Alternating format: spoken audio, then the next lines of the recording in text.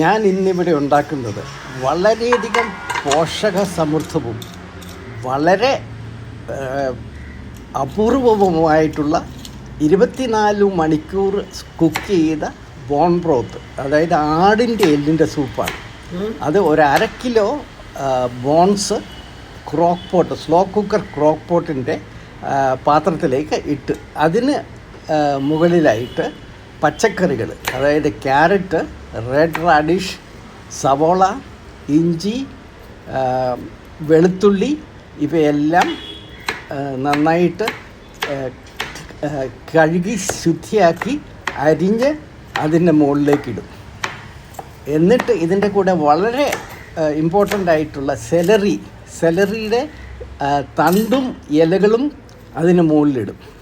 ഇനിയാണ് നമ്മൾ സ്പൈസസ് ചേർക്കാൻ പോകുന്നത്. അതിന് വിദേശ സ്പൈസുകളായ